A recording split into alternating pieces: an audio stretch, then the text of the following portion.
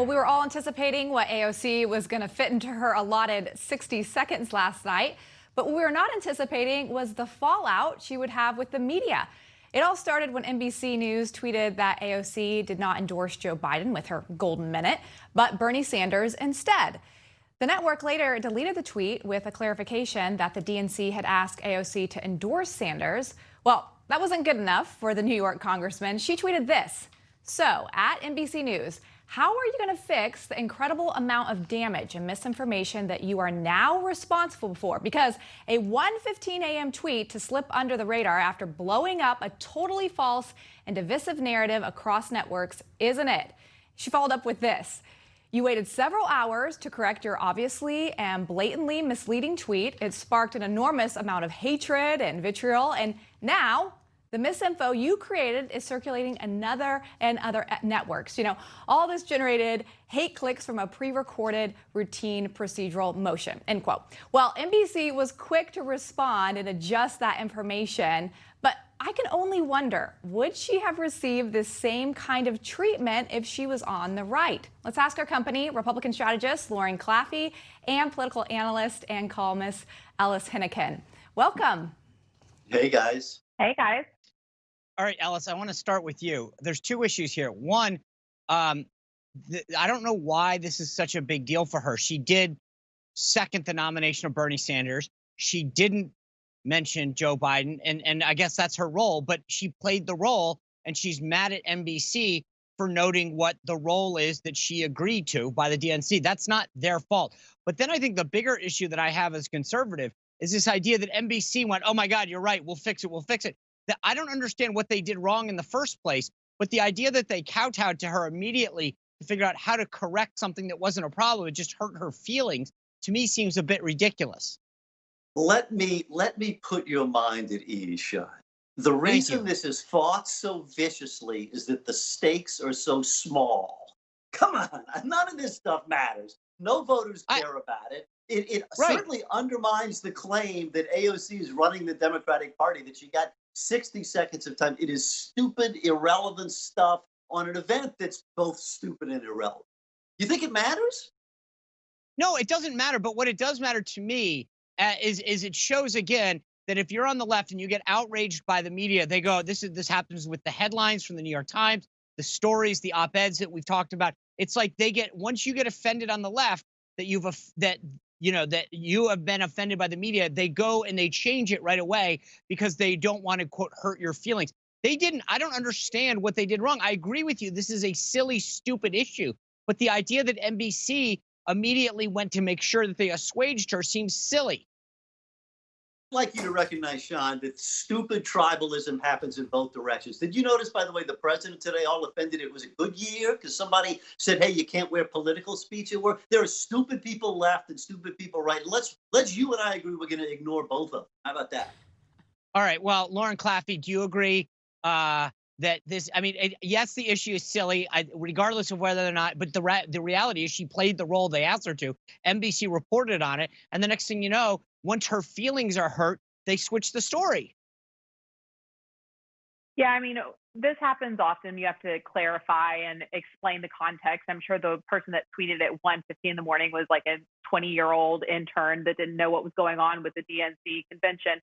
And so AOC had to issue a correction. So it's a lot about nothing. There's a lot of clarifications that have to happen on these types of things, especially with politics.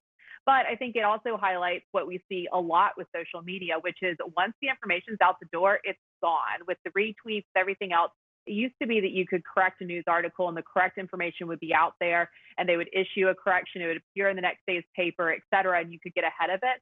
Not anymore, though. And this is how misinformation, disinformation spreads. And, you know, that's what we talk about all the time in regards to undermining election security and other things from a national security perspective. Yeah, I think the problem I have, and I'm sorry, maybe I'm the only one that's outraged on this whole thing. I just think that, like, it wasn't a big deal. They reported on her role. This was no big thing. And the next thing you know, she freaks out and they go, we're really sorry. We'll change the story. All right, since I'm not getting any ground here, let's go to a little bit of a lightning round, if I can. And let's not go, you know, I'd love to just get quick thoughts. Let me start, Lauren, what was the highlight of the night? Who was the best speaker? I thought Jill Biden was the best speaker. She really did a great job offering an authentic view of her husband and showing all of the things that he has gone through and they as a family have gone through. It is impossible not to say that they don't have an incredible story, and I thought she was a great messenger for that. Lindsay, do you agree with that? Yeah, I do. I think that she hit a home run, especially, I said this earlier, being relatable and, going back to the classroom that she taught in, because we call her Dr. Jill Biden what she is, but I think people forget that she was, a public school teacher. And so I felt like that made her feel like this very relatable first lady that she's trying to portray herself as. Ellis, what was that the standout moment to you, or is there another one?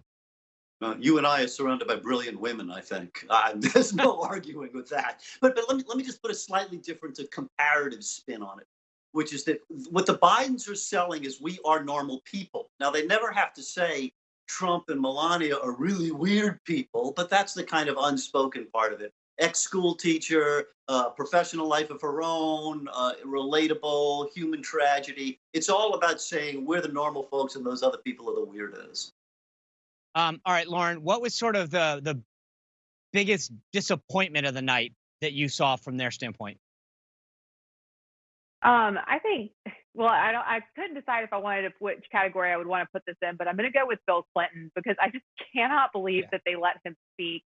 And not only did they let him speak after all of the Jeffrey Epstein and, all of the accusations and the reckoning with the Me Too movement and the big, emphasis that the Democratic Party has put on women's issues in this way, they still gave them a platform and a longer platform than they did AOC, for example, the rising star and the future of the party.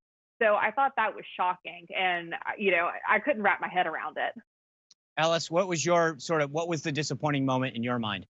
No, definitely not Bill Clinton. His approval rating, I think, is still up in the 60s. Lots of people still love him. To me, the worst part of it, and I don't know what you do about this, is that human drama doesn't work without a live audience. The funny isn't funny. The moving isn't nearly as moving. The tape stuff seems more taped.